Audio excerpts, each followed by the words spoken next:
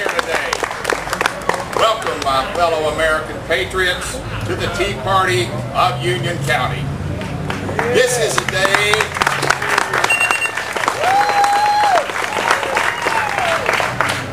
day that you will describe to your children and grandchildren.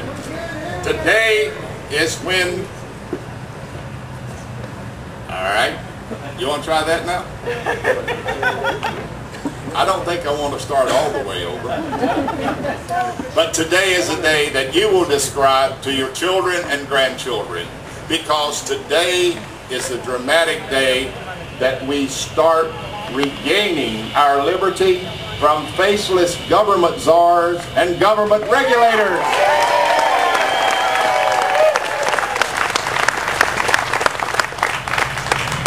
My name is Randall Groves, and I'm taxed enough. How about you?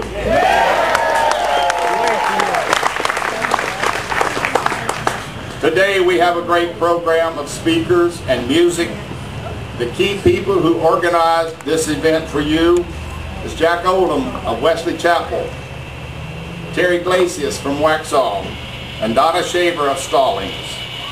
We have great people. Give them a hand. They have really worked for you today. You may have noticed that there are bumper stickers and t-shirts for folks out there, and enjoy the day with us. Now please rise, remove your hats, look hard at Old Glory, and remember what it stands for. It's a symbol of freedom known around the world. I pledge allegiance to the flag of the United States of America and to the republic for which it stands, one nation, under God, indivisible, with liberty and justice for all.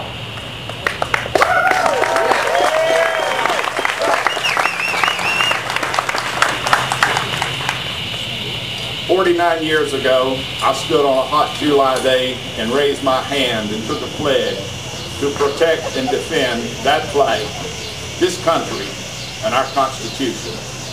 I've not broken that pledge, and I'm sure many of you have not ever thought of it. This is an important day for all of us. Now, please remain standing with your cover off and join me in welcoming Debbi Fijan, who will sing our national anthem a cappella for you.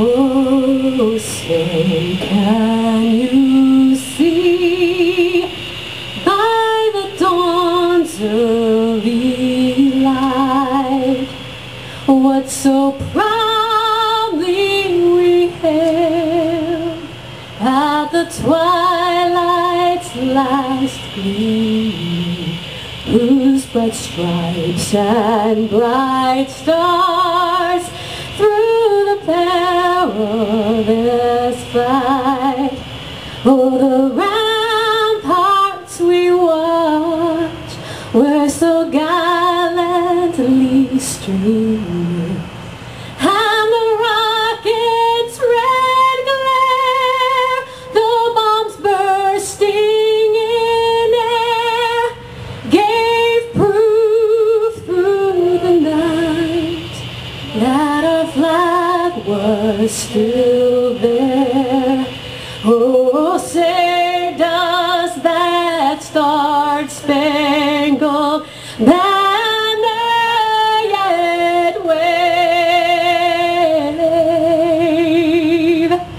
o'er the land of the free and the home of the brave?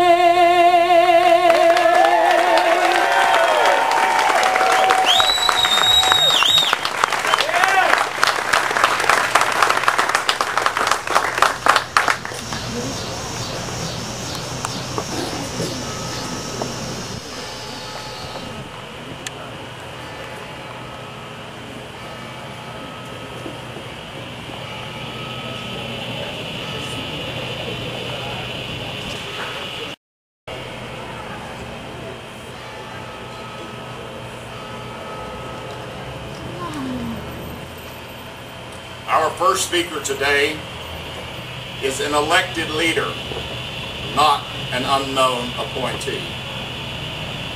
Major John Quinn of Indian Trail was elected in 2007 and has worked diligently for his community to bring neighborhoods together, to provide leadership, and entered into the first good security contract with Union County Sheriff Eddie Cappy.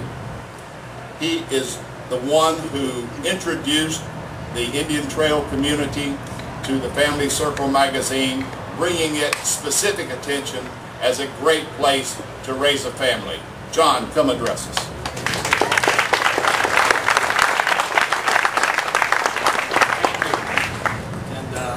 Thank you for the introduction and for the Union County Patriots for inviting me to speak today. It's good to be here. It's an honor, and to be among so many patriots and concerned citizens who believe that government should be of the people. This is a first for me to speak in a setting like this on a topic such as fiscal responsibility, that is, people doing the right thing with your tax money. Over the next 2.5 hours, I hope to explore with you, just kidding. Well, they've given me a time slot, of course, but it is great to be here, and over the next few minutes we'll look at some of the problems we have as I see it. Tea parties like this have been taking place all around the United States, as we know. And it makes me think of the original Boston Tea Party. I saw someone with a sign 1776 over there. That's where early patriots objected to being taxed without having representation in the English government. At the current tea parties, there is a clear message that citizens believe government is spending irresponsibly. People don't feel like they're getting value for the taxes they pay. And when folks speak out, they're not being heard. I was reading the Declaration of Independence the other day. It's an amazing document, and among other things, it talks about how historically people will put up with a lot from government before ever taking action. But as in the case of our founding fathers, I wonder if our citizens, like you and I, are now finally getting to a point where there's a severe lack of trust, and you just don't believe you're being fairly represented. Fiscal responsibility, that's having to do with tax revenue and spending. And when we talk about the insurance business that I'm in, fiduciary responsibility is doing the right thing with people's money that's been entrusted to you. Most folks understand that there are consequences to be paid when you spend more than you make. And I think most folks try hard not to do that. We know that it is important to live within our means. We limit our spending to what we know we can afford. Why doesn't government do that? But there is a difference when we get to spend other people's money, isn't there? You may have had an opportunity to travel on an expense account with a company like I have, and let's say you're allowed to spend $150 a night for a hotel room. If you're like me, the likelihood is that you're going to stay in a pretty nice hotel that night. But when I'm traveling on my own and spending my own money, I'll probably stay in an Econo Lodge or something for half that amount. People tend to spend differently depending on whose money it is they're using.